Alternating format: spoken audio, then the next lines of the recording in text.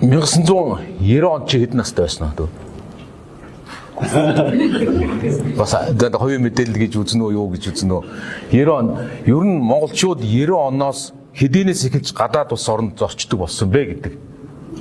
90 оноос ардчлал гарснаас хойш, арчилсан тогтолцоол шилжснээс хойш монголчууд гадаад улс оронд зорчдог болсон. Бүр гадаад улс орон байтугай тэр 90 оноос чи өмнө дотооддоо баг визтэй зорчдог байсан энэ ард түмэн чинь. Одоо визтэй гэж хэлээ. Зам явах авдаг. Аймаг сум хооронд явхад Улаанбаатар хот явхад энэ ард иргэд чинь дотооддоо визтэй явдаг байсан энэ улс орн ардчлалд шилжижээж гадаад улс оронд гадаад паспорт авч явдаг болсон шүү. Тэгэхээр энэ гадаад улс оронд зорчно гэдэг энэ ойлголт чинь энэ бол ардчлалтай холбоотой ойлголтоо.